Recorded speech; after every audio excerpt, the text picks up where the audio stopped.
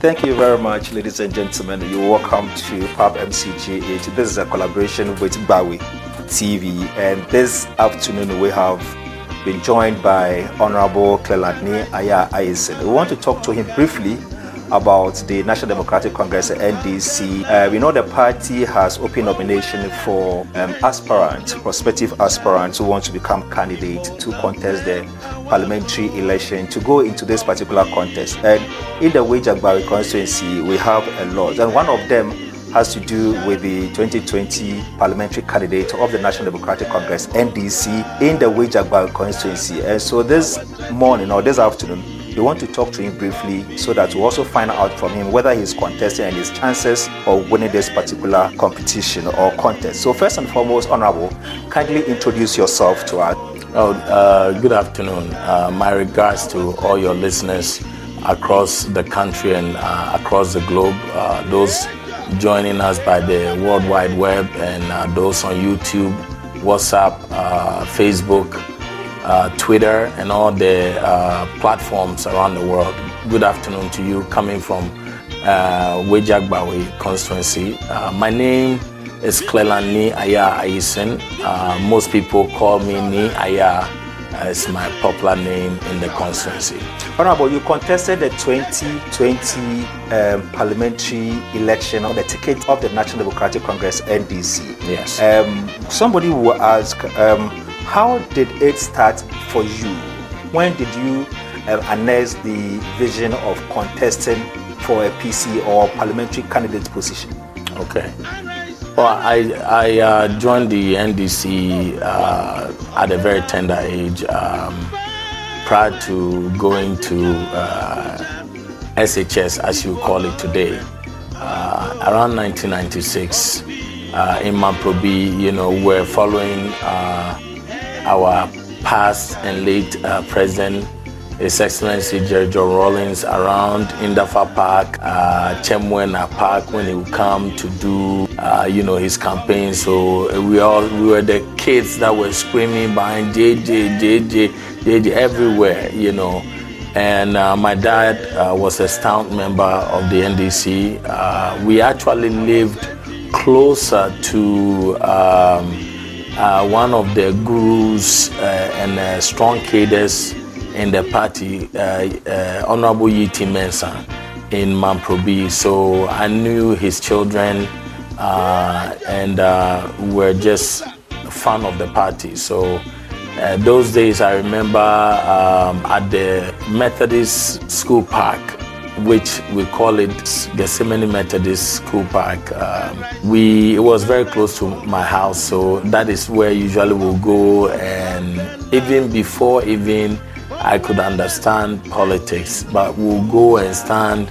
At that time, when they started registration, it was just basically names on paper. Then later on, it became black and white. They brought PO cameras to take to take our pictures. And then I remember those days, even the ballot boxes were, some of them were, aluminum. Before later on, they brought in the plastic ones that were transparent and you could see.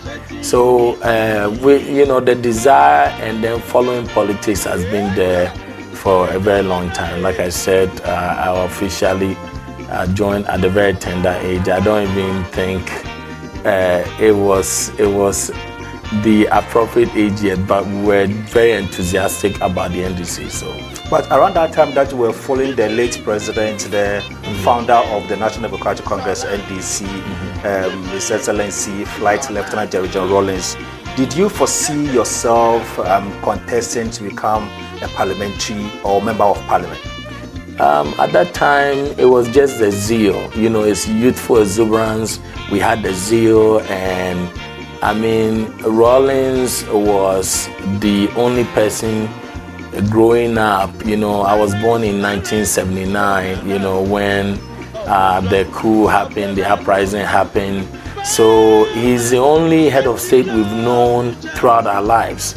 So, you know, then, like I said, the enthusiasm was there. And following him around and him being a military guy and so on and so forth, and we having to be in an area that was very heavily NDC dominated, which now is Ablikma South.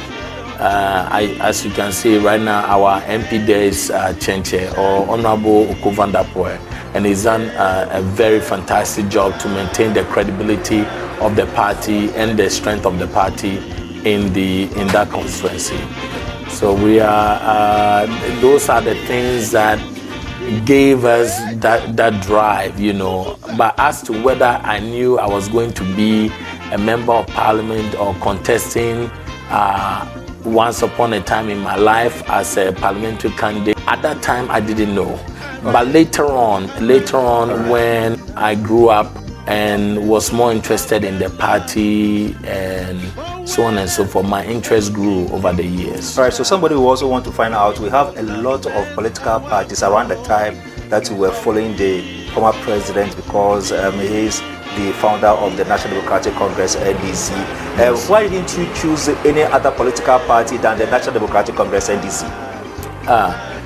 Okay, like I said, you know, my dad was a very sound member of the NDC. One of his very close friends was Sam. Sam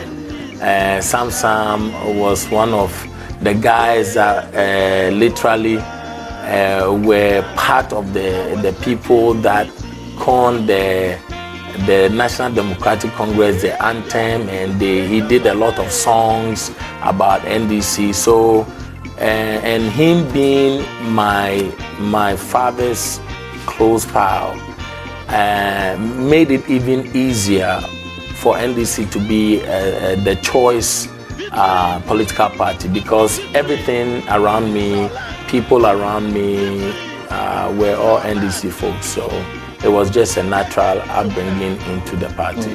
Before then, were you occupying, or have you ever contested for any position like a branch chairman, branch secretary, or branch anything at the branch level before perhaps coming to constituency, and again before coming to say the top level in the constituency to contest for this particular position? Have you held any position in the party before? No, I was more of a silent supporter in the party, and so you know, sometimes you have the people that support financially, and then you have the people that are at the forefront. So I've been a silent supporter of the party for all those years, and when I came back and decided, after living in the US and supporting the party in different ways, I decided that, okay, let me go ahead and then contest, because I've gained a lot of experience. I had political friends, and I believe that the nation and the constituency which my house resides, I believe that I can better represent the constituency and the needs of the constituency better, and then be an advocate for growth of the constituency, for job creation in the constituency, and then also putting the needs of the constituency on the map, so that the people and the leaders of our country and our party, for that matter, that will control the resources of the country, will see what is needed in our constituency to develop it, to make WEIJA-GBAWE constituency the #1 constituency in Ghana. And that is the drive that got me to actually contest in 2020, the parliamentary primaries in 2019, and then subsequently 2020 for the parliamentary elections itself. All right, so tell me about how you were able to climb to that particular level in terms of your activities during the 2029 parliamentary primaries in the WEIJA-GBAWE constituency. You mean 2019? 2019 parliamentary primaries. So the primaries itself, when it started, I got my team together. You know, as you may know, I belong to King Edward B branch of the German ward. So I had my ward coordinators, I have my branch members, and we got together and we put a plan together, a plan of action. We realized that the constituency is more of an upcoming metropolis. And when you have an upcoming metropolis, there are challenges, there are needs.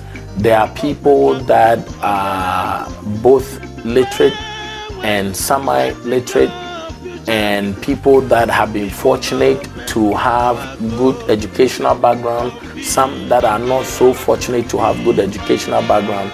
And so you have to find a way to bring an equilibrium and equal opportunity for everybody that is in the constituency. For a society to grow and for the society to be prosperous, people that have experience need to be able to share their experience. I have traveled to several countries around the world. I traveled at a very young age, at the age of 20, to the US. I've been through 3 universities. Accra Polytechnic University was the first university. I did building technology over there. In my last year was when I traveled to the US. I went to the River University and also LCU. And throughout my travels and throughout meeting people from all walks of life, from my travels to South America, my travels to Europe, my travels to several countries across Africa, Nigeria, and other places, you come to interact with so many people and you come to find out what people are doing in their country that is elevating the status quo and making people have a more enjoyable and more fruitful life. And so you gather those experiences and you want to bring it back home to be able to help your people be able to experience the things that they are not able to experience. Use resources that are available, use connections and human relationships that are available to enhance growth, enhance sustainability of social expansion and social programs, and then enhance the opportunities for a better future for the young ones, and then even the ones that are just coming out of tertiary education. Like you may know, Ghana, we have a very, very low workforce when it comes to people coming out of the tertiary education. A lot of people come out and there is no jobs available because maybe the person is going to do IT, and the job in the IT sector, if we have, let's just say, about 4,000 people graduating every graduation year, but then the IT sector only can hire 2,000 people, then you have a deficit of a job of over 50%. And so I looked at all those deficiencies that we have in the country, and for that matter, WEIJA-GBAWE constituency. I say, you know what, there are things that we can do to be able to bring more resources in the country, update our people that are going through the education with the things that they need to study, rather than just going through the education and being an also-ran. And then somebody will say, oh, yeah, me call school nibi, me manya degree nibi. But then the degree and then the school that you went to, that your parents have paid all these monies, comes to naught. And then you see parents, after their children have gone through tertiary education, they have to buy food for them. They are in the same house. They can't even go out to be able to get a meaningful relationship and marry and be able to build their own families because of all these challenges. So these are some of the reasons why I decided to contest, and also to contest specifically in WEIJA-GBAWE, because I live here and I know my experiences across the globe will help me to be able to bring lasting changes. Let's look at your contest in 2019. You were able to win that particular contest to stand on the ticket of the National Democratic Congress NDC in the 2020 election. What was the message that you gave to the delegates before they voted massively for you? Okay. I came into that contest 1 month 3 weeks, 2 days, and I won by 66.2%, which is a very huge margin. And a lot of people may have a difference of opinion about it, but I believe that if you are going for a contest, you have to understand the paradigm of the area in which you are contesting. And in WEIJA-GBAWE, one thing that I realized at the time that we were doing that election, it was a time in 2018, there was a lot of bank closures. A lot of people that were in the financial sector, from insurance companies to banking, have lost jobs because the Akufo-Addo Bawumia Allen Tremantin government decided that there were financial institutions that did not need to be around. So they increased the quota, or quote unquote the reserve requirement of the bank. And when you increase the reserve requirement of a bank, essentially knowing very well that most of the banks do not meet those reserve requirements, it means that you are trying to what? To shut some of those institutions down. And that's exactly what happened. So there were a lot of youth employment. By my personal survey that I did, I used to go jogging around the constituency. So I had a full hands-on deck approach, and also at my fingertips, talking to people when I go jogging, I was able to discover that unemployment was at over 50% in the youth in WEIJA-GBAWE. And also in the adult sector, we were over 40% unemployment. So I realized that there are things that we needed to do immediately in the primaries to be able to help, even if it was temporarily, alleviating the pains that people were going through, to do that. So I instituted those things, and I believe those things that I instituted and strategies helped me to be able to win the election. We are going into the 2024 elections, and the party has already put in place processes and measures to ensure that you have a fair, clean and free election. Yes. Nomination has been opened and it started from 22nd and is ending on the 24th. Yes. Have you picked nomination already? I have actually. Yesterday around 5:30 a.m. I logged on to the NDC website, and I was able to pay my filing fee. First was the nomination form, which was the 5,000, and then in the evening I went on and then did my filing and got my team to come around and do the endorsement. So we printed everything. So I paid the 40,000 as well, and so we are done with everything now. We have starting today. We're visiting branches and getting endorsements done, and we're moving full force forward. Okay. So firing on all cylinders. Okay. Preparing for this particular contest, can you tell me your chances? My chances are very, very high. I would say I am 99.99999% sure I'm going to win the primaries again. Why am I that confident? Is because I understand the people, and the people also understand that I'm the best candidate for this job.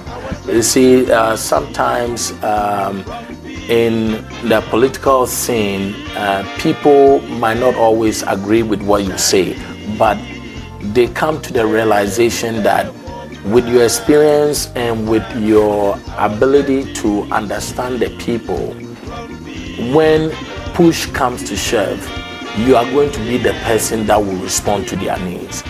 And we've done so many interventions, like 13th of March, we are going to be opening our fashion, design and sewing school.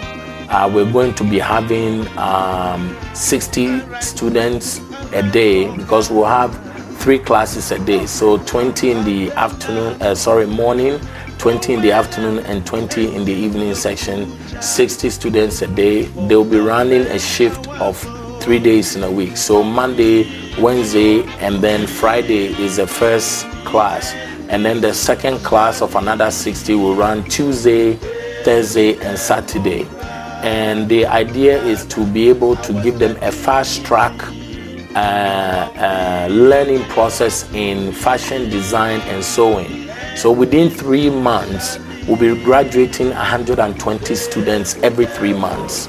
And literally, that is almost graduating 360 students a year. And I believe that fashion is something that, based on my background and my experience, I've done the New York Fashion Show before, I've done LA Fashion Show, I've done Chicago Fashion Show. I know that the opportunity in that field, especially in Ghana and in Africa, is huge. Because you see, China, about 30 years ago, China was the bedrock, and then the place where most manufacturers will go and then manufacture their jeans, shirts like I'm wearing and all that, you know. But now China has moved into a middle income and a higher middle income country. So when you have that dynamic change, what happens is that people that used to collect $1 an hour for the same job are now going to be demanding $10 an hour for the same job. So the manufacturers are going to be looking for a new frontier that they can be able to get a cheaper labor and be able to produce the same amount of production that they are doing. And I believe that if we are able to train our people well, and because I'm bringing in teachers and experts that are in the field, I believe that a lot of the graduates will have that opportunity to be able to even serve the international market. All right, so finally, or my penultimate question has to do with the fact that for more than over 2 or a decade now, your party, that is the National Democratic Congress, has not been able to win this particular seat, that is the WEIJA-GBAWE constituency seat. What do you think, in your opinion, is militating against the party? I think that just like I said from the beginning, that when you are contesting in a place, it's the responsibility of the candidate to research and understand the dynamics in the place. What I did in 2020 was literally to be able to put in place the structures that are needed for a successful election, number one, and also for a successful win.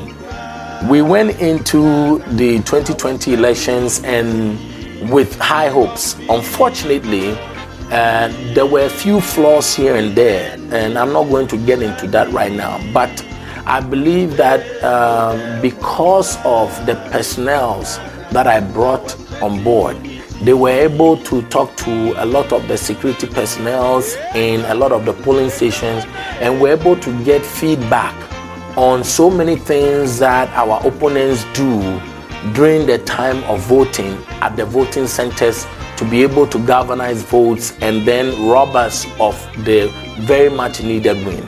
So this time around in 2024, I guarantee you one thing: we know all the loopholes, we know where to tackle them, we know the amount of people we need to have in the polling stations and for what they need to look out for, especially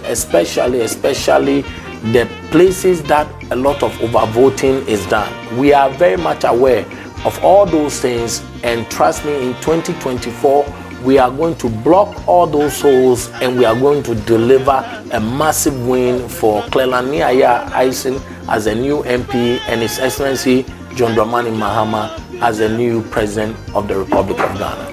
Your final message or words to the delegates as you prepare for 13th May 2023 primaries.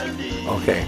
WEIJA-GBAWE for, you know me, Ayaa Ayison, as I came to you in 2020 and 2019 you voted for me for the primaries. I have one thing to tell you, that let us not lose hope. Let's go out there. This seat belongs to us, and I have every which way for us to slice this win and for us to take the booty home.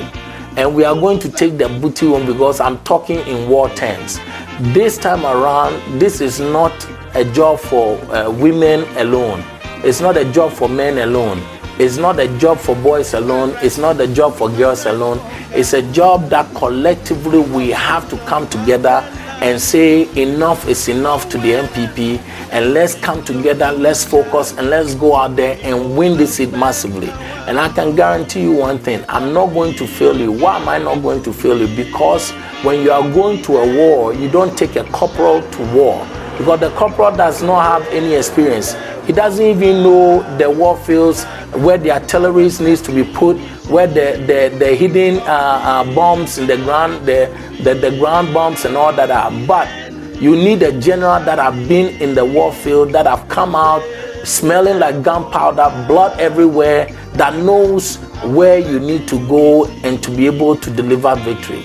And this time around, like the man said, we burn the ship on the ocean and we get on the ground and we either win or we die. But whichever way, we are not going back to the losing land again. We are winning 2024. God bless you, WEIJA-GBAWE. God bless you, everybody.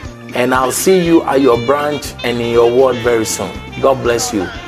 Thank you from Clelani Ayaa Ayison, your 2024 parliamentary candidate hopeful. Thank you.